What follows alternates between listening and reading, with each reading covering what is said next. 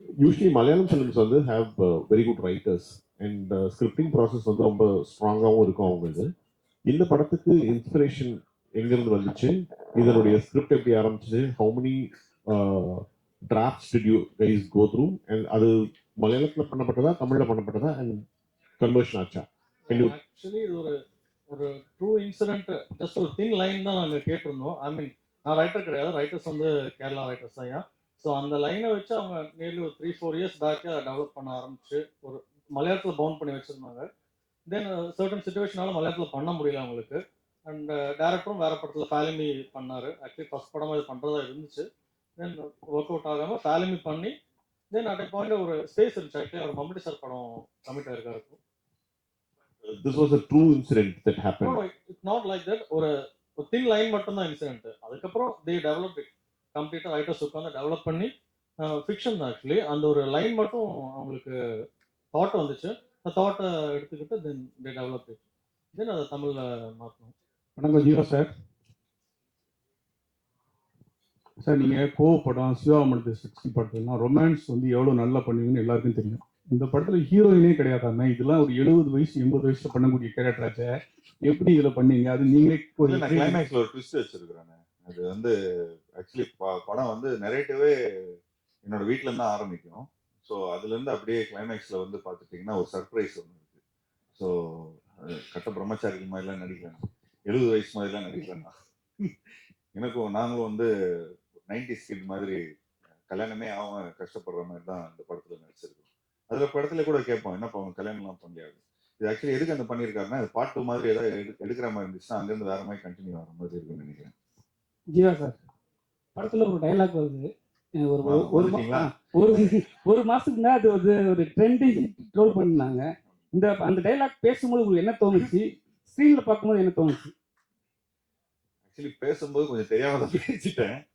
அதுக்கப்புறம் ஸ்க்ரீன்ல வந்தோன்னா நிறைய பேர் ஃபோன் பண்ணிக்கிறேன், என்ன சார் இப்படி பேசிட்டீங்க, என்ன சார் இப்படி பேசிட்டீங்கன்னு நிறைய பேர் கேட்டாங்க.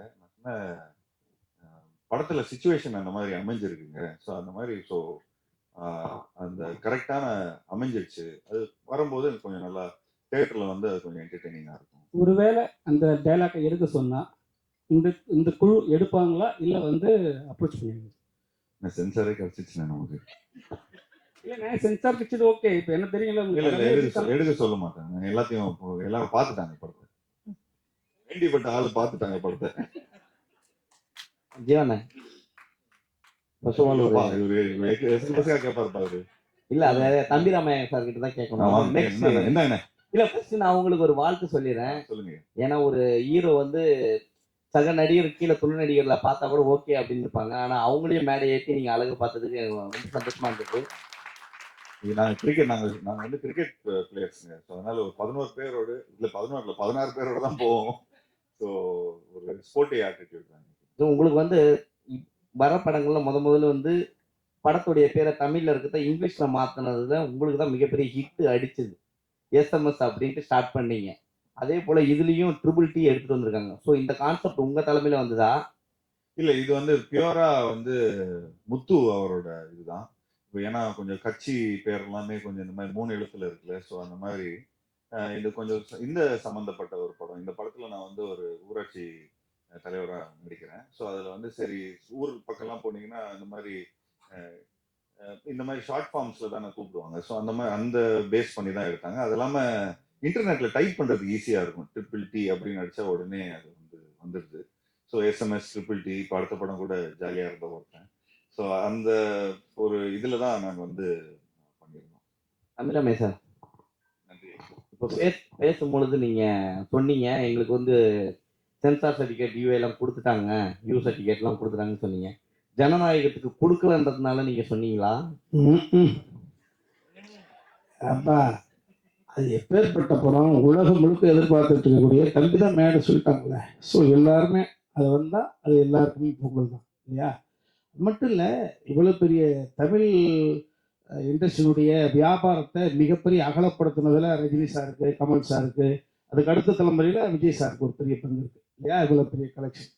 ஸோ அந்த படம் முடங்கி இருக்கிறதன் மூலமாக எல்லாருமே சினிமாவை காதலிக்கக்கூடிய அத்தனை பேருமே அதை கவலைப்படதான் செய்யலாம் யார் இல்லையா?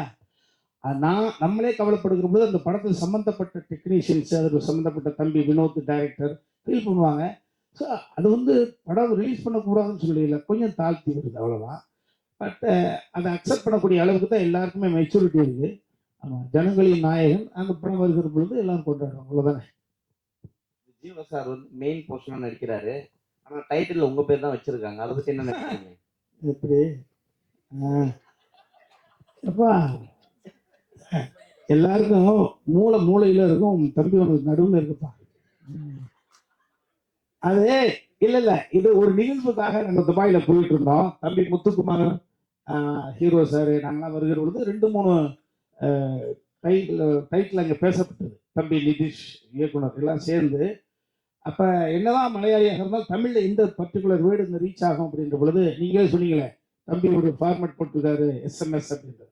ஸோ எனது பார்வை ஒரு ரசிகனாக 5-6 வைக்கிற பொழுது ஒரு ஓட்டெடுப்பு நடத்தினார் இந்த படத்தினுடைய தயாரிப்பாளர் கண் ரவி சார். ஓட்டெடுப்பு நடத்துற பொழுது இன்னும் காலத்தை தள்ளி போட்டுக்கிட்டே இருக்காங்க. படைப்பு ரெடி ஆயிடுச்சு. குழந்தை பத்து 2 வருஷம் ஆச்சு, குழந்தை பேர் வைக்கலான்னு சொன்ன மாதிரி படைப்பு ரெடி ஆயிடுச்சு. டைட்டிலுக்கு ஒரு விவாதம், ஒரு நள்ளிரவுல நடந்தது. வருகிற பொழுது ஒரு 4 பேர் சேர்ந்து இந்த பர்டிகுலர் டைட்டிலுக்கு ஓட்டு போட்டதுனால அப்படி ஓகே பண்ணப்பட்டுதான். ஸோ ட்ரிபிள் டி தான் இங்கே தம்பி எங்கிட்ட தள்ளி விட்டுங்க. ட்ரிபிள் டி எஸ்எம்எஸ் அது மாதிரி. ஜீவா சார், சூப்பர் குட்ல கிட்டத்தட்ட 100 படம் எடுக்கும். நீங்க கூட நிறைய படம் பண்ணிருக்கீங்க. உங்க படத்துக்குலாம் எந்த படத்துக்குமே சென்சார்ல பிரச்சனை இல்லை. இந்த படத்துக்கு கூட சொன்னீங்க ஒரு டைலாக் வந்து கிளியர் ஆயிடுச்சு. நான் சென்சாரோட பிராண்ட் அம்பாசிடர். ஜிப்சின்னு ஒரு படம் நடிச்சேன். ஜிப்சில 48 கட்டுனேன். லாஸ்டா எனக்கு தான் ஃபர்ஸ்ட் செஞ்சாங்க. என்னன்னா இப்படி கேட்டீங்க? 48 கட்டின படம் பிளாக் அண்ட் ஒயிட்ல எல்லாம் ஓடிச்சுனேன். அப்போ கரெக்டா சென்சார் முடிஞ்சு கஷ்டம். அதெல்லாம் தாண்டி உள்ள வரும் கொரோனா வைரஸ். 2 சீயும் எங்களுக்கு ரொம்ப கஷ்டமா இருக்கு. ஜீவா ப்ரோ, ஜீவா சார், நீங்க பேசிட்டு இருந்த ஒரு விஷயம் சொன்னீங்க, இங்க நிறைய யூடியூபர்ஸ் இருக்காங்க, அவங்க நிறைய ஃபாலோவர்ஸ் இருக்கு அப்படின்ட்டு. ஆனா ஒரு சீனியர் ஆர்டிஸ்ட் சில மாசங்களுக்கு முன்பு பேசியிருந்தாங்க, நடிகை வடிவகரசு. அவங்க என்ன சொல்லியிருந்தாங்கன்னா, இந்த யூடியூப்ல இருக்கிற ஃபாலோவர்ஸ், இந்த மாதிரி இன்ஸ்டால ஃபாலோவர்ஸ்லாம் வச்சுட்டு ஆர்டிஸ்ட் எடுக்கிறாங்க, பட் அவங்களாம் நடிக்க தெரிய மாட்டேங்குது, இதனால ப்ரொடக்ஷன் காஸ்ட் வேஸ்டா போகுது அப்படின்னு சொல்லியிருந்தாங்க. ஸோ உங்க 2 பேரும் கருத்து முரண்பாடாக இருக்கு, இதை பத்தி நீங்க நினைக்கிறீங்க? அது அவங்களாம் எக்ஸ்பீரியன்ஸ் ஆர்டிஸ்ட்னா அவங்க சொல்றவங்க. ஸோ அவங்களுக்கு வந்து அவ்வளோ படங்கள் நடிச்சிருக்கிறாங்க. இப்போ நாங்க வந்து பார்த்துட்டீங்கன்னா எந்த ஒரு துறையில போனாலும் ஒரு பேசிக் ப்ராக்டிஸ் ஒன்று இருக்கும். ஒரு ஒரு ஒத்திகை ஒன்று பார்ப்பாங்க. ஸோ ஒரு என்னதான் நம்ம டான்ஸ் ரிஹர்சல் பண்ணியிருந்தாலும் சரி, என்னதான் நம்ம வந்து ஒரு ஒரு டான்ஸ் ஆட போனாலும் சரி, ஒரு ஃபைட் பண்ண சொன்னாலும் எல்லாத்துக்கும் ஒரு ப்ராப்பர் முறையான ஒரு ரிஹர்சல் இருக்கு. ஸோ இந்த படத்துல வந்து எல்லாருமே அவங்க வந்து அந்த கேரக்டருக்கு என்ன தேவைப்படுதோ அதுக்கேற்ற மாதிரி ஒரு ரிஹர்சல் பண்ணி உண்மையிலேயே அவங்களும் அவ்வளோ பர்ஃபெக்டா ஒர்க் பண்ணி எல்லாமே ஒரே டேக்ல முடிச்சிருக்கிறாங்க. ஸோ எனி ப்ராக்டிஸ் பண்ணி எந்த ஒரு விஷயம் பண்ணாலுமே அது வந்து நமக்கு ப்ரொடியூசருக்கு எந்த விதத்துலையுமே அது இதாக இருக்காது. அது அவங்களுக்கு வந்து ஹெல்ப்ஃபுல்லாக தான் இருந்தாங்க எங்களுக்கு.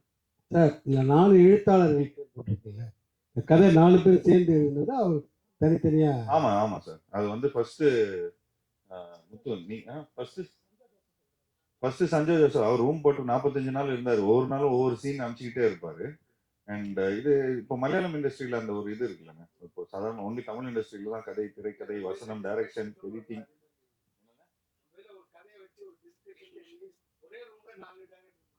ஆமா ஆமா ஆமா, அது எல்லாமே அப்படிதான் பண்ணுது. ஏன்னா இப்போ நாங்க ஒரு லைனா பிடிச்சிட்டு ஒரு அளவுக்கு ஒரு விஷயங்கள்லாம் கதையா ஆல்ரெடி அவங்க ஒரு 2-3 இயர்ஸ் முன்னாடி அவங்க ரெடி பண்ணி வச்சிருந்தாங்க. அப்போ அப்புறம் நிறைய கேரக்டர்ஸ் இருக்கிறாங்க. ஸோ நிறைய அவங்க இப்போ தம்பிராமையான வந்து இன்னைக்கு ஒரு வேற ஒரு டைலாக் அடிச்சு விட்டுருவாரு கதைக்கு சூப்பரா இருக்கிற மாதிரி. உடனே என்னப்பா செம்மையா பேசிட்டாரு, இப்போ நம்ம அதை விட பெட்டரா ஒரு லைன் கொடுக்கணும், அதை விட பெட்டரான ஒரு சீன் கொடுக்கணும் அண்ணனுக்குன்னு சொல்லி அப்படியே டெவலப் பண்ணிட்டே வருவாங்க. அதுக்கு நடுவில் ஒரு மழை பெஞ்சிச்சு ஒரு 10 நாள். அப்போவும் பார்த்துட்டீங்கன்னா ஒரு டெவலப்மெண்ட் ஆயிடுச்சு.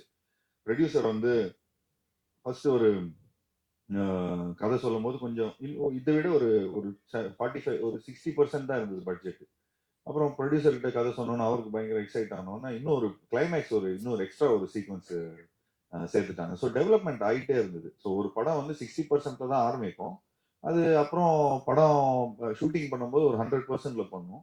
அப்புறம் படம் எடிட் ஆகி அது ஒரு நெரேட்டிவா வரும்போது அது ஒரு 110-115% எல்லாருமே சேர்ந்து ஒர்க் பண்ணுவாங்க. அப்போ அது மக்கள் கிட்ட போய் எவ்வளவு % சேருதுங்கிறது வந்து படமா பார்க்கும்போது உங்களுக்கு தெரியும். அப்பா பார்க்கல சார். அவரு சொன்னார், நீ படம் ரிலீஸ் போது நான் பாத்துக்கிறேன் அப்படிங்கிற மாதிரி தான் சொன்னாரு. ஸோ பட் அவரோட சப்போர்ட் ஃபுல்லாக இருக்கு சார். ஜீவா சார், ஒவ்வொரு படத்துக்கு ரொம்ப கேப் விடுறீங்களே. கேப்பா சார்? இப்போ கேப்பே இல்லாமல் பண்ணுறேன் சார். இப்போ 2026லேருந்து பாருங்க, சும்மா கேப்பே இல்லாமல் வரும். இதுக்கு ஒரு படம் பண்ணுறோம், இதுக்கப்புறம் ராஜேஷ் சாரோட ஒரு படம் பண்ணுறேன், திரும்ப பிளாக் படத்தோட டைரக்டரோட ஒரு படம் பண்ணுறேன். போன வாட்டி அவர் கேட்டிருந்தாரு, என்னங்க கதையெல்லாம் யாரும் சொல்றது இல்லையா அப்படின்னு, நான் ஞாபகம் வச்சிருக்கேன். ஸோ அது வந்து போய் கரெக்டாக போயிட்டு ஒரு 4 பேர்கிட்ட கரெக்டாக கதை கேட்டு இப்போ முறையாக பண்ணுறோம். ஏன்னா அது இல்லாமல் கொஞ்சம் பட்ஜெட்ஸ் அப்படி இப்படின்லாம் இருக்குதுங்க. ஸோ எல்லாருமே அது அந்த பட்ஜெட்ஸ்க்கு ஏற்ற மாதிரி எல்லாருக்கும் கை கிடக்குமா, எல்லாருக்கும் பண்ணுற மாதிரி நம்ம படம் பண்ணுறோம். மாஸ்டர் ஸ்டண்ட் மாஸ்டர் ஃபைட்னா உடனே போய் கோடி ஆஃப் பண்ணுறாங்க, அடிச்சு உடைக்கிறது. ஸோ இது காமெடி கலந்து பண்ணியிருக்காங்கன்னு சொல்லியிருக்காங்க. ஆல்ரெடி ஜீவா சாரே கலாய்ப்பாரு. ஸோ சண்டை எடுக்கும்போது எத்தனை வாட்டி கலாய்ச்சாரு, எத்தனை வாட்டி டேக்கு போச்சு, காமெடியாக வந்துச்சா இல்லை எடுக்க விட்டாரா? ஃபர்ஸ்ட் ஆஃப் ஆல் அங்கே நின்று பேசும்போது ஒரு 2 பேருக்கு தேங்க்ஸ் சொல்ல மாட்டேன். ஃபர்ஸ்ட் அண்ணனுக்கு நான் ரொம்ப தேங்க்ஸ். நான் இந்த படத்தை கொஞ்சம் நல்லா சப்போர்ட் பண்ணதுக்கு அந்த அண்ணனுக்கு சொல்லணும். அப்புறம் மெயினாக டேரக்டர் சார் சொல்லணும், கூட இருக்கிற அசிஸ்டன்ட் டேரக்டர்ஸ். அவங்க தான் டோட்டலாக ஒரு கிராஃப்டாகவே ஷார்ட் போட்டு இன்னதுக்கு இந்த மேட்ரு இந்த மாதிரி ஒரு 20 ஆர்டிஸ்ட் சும்மா இல்லை. ஆல்மோஸ்ட் வந்து 2 வீட்டுக்கும் பிரச்சனை ஆகும்போது இன்சைட்டில் அண்ணன் வந்து 2 பேருமே சால்வ் பண்ணணும். ஸோ அதில் வந்து பேசணும். இந்த மாதிரிலாம் ஒரு பெரிய கிராஃப்டாக இருக்கும். ஸோ அதில் வந்து எல்லாத்தையும் மேனேஜ் பண்ணி பண்ணும்போது அதில் வர அண்ணனுக்கும் இன்சைட்டில் வந்து உள்ள ஒரு சின்ன ஃபைட்ஸ்லாம் இருக்கும். அது இல்லாமல் போயிட்டு அங்கே டேங்க்ல இருந்து அண்ணன் இறந்து ஒரு ஒரு காமெடி சீக்வன்ஸாகவே ப்ளே ஆகும். பட் ஆனால் என்னென்னா நீங்கள் சொல்கிற மாதிரிலாம் ஒன்றும் இல்லை. அண்ணன் எப்பவுமே என்ன சொல்கிறோமோ அதை கரெக்டாக அதை பண்ணிடுவார். ஸோ இன்கேஸ் இது எல்லாமே இது இன்னும் பெட்டராக பண்ணலாம் அப்படின்னு சொல்லிட்டு எஃபெக்ட் போட்டு தான் பண்ணுவார். ஸோ அந்த மாதிரிலாம் Jeeva sir, Jeeva sir, actually என்னன்னா, அவங்க கிட்ட கேட்ட ஒரே ஒரு ரிக்வெஸ்ட் என்னன்னா, கொஞ்சம் ரோப்பு கீப் எல்லாம் வச்சு பயங்கரமா பண்ணியிருந்தாங்க. இந்த சின்ன பசங்க எல்லாம் பாக்குறாங்க, இந்த பிசிக்ஸ் எல்லாம் படிக்கிறாங்க, எட்டி வச்சா வேற பக்கம் போக கூடாது, கரெக்டான பிசிக்ஸ்ல போய் கீழே விழணும். அந்த அந்த இதெல்லாம் கொஞ்சம் கரெக்டா சொன்னேன். அந்த அது மட்டும்தான் கொஞ்சம் அவர்கிட்ட சொல்லி கலாய்ச்சேன்னா. ஏன்னா ஒரு ஒரு ஷாட் ஒன்று பார்த்தேன், ஒன்று அடிச்சா சும்மா கீழே தான் போய் விழணும், ஆனா அவங்க கூரைக்கு மேல போய் விழுறாரு. நான் சொன்னேன், இங்க இது கொஞ்சம் இதெல்லாம் கொஞ்சம் ஓவரா இருக்கும், பசங்க கலாய்ச்சிருவானுங்க. பசங்க கலாய்க்கிறத விட அது வேலை இல்லாம மீன் வேற போட்டு அது வேற வந்து பயங்கரமா கண்டென்ட் வச்சு சம்பாதிக்கிறானுங்க. ஸோ அதனால அதனால கொஞ்சம் பார்த்து கொஞ்சம் பிசிக்ஸ்லாம் என் பையனே கலாய்ப்பான். What is this daddy, what is this, இதை பிசிக்ஸே தெரியாது, ஃபெயிலா நீ அப்படின்லாம் கேட்பான் பையன். ஸோ அதனால அந்த மாதிரி கொஞ்சம் எதுவும் சம்பவம் பண்ணிடாதீங்க. பட் அதுக்கப்புறம் பர்ஃபெக்டாக தான் இருந்தது. நீங்கள் டைரக்டரும் விட மாட்டார் அவர். ஜீவா சார், எலெக்ஷன் வரப்போகுது. எலெக்ஷனோட டைட்டில் வேற.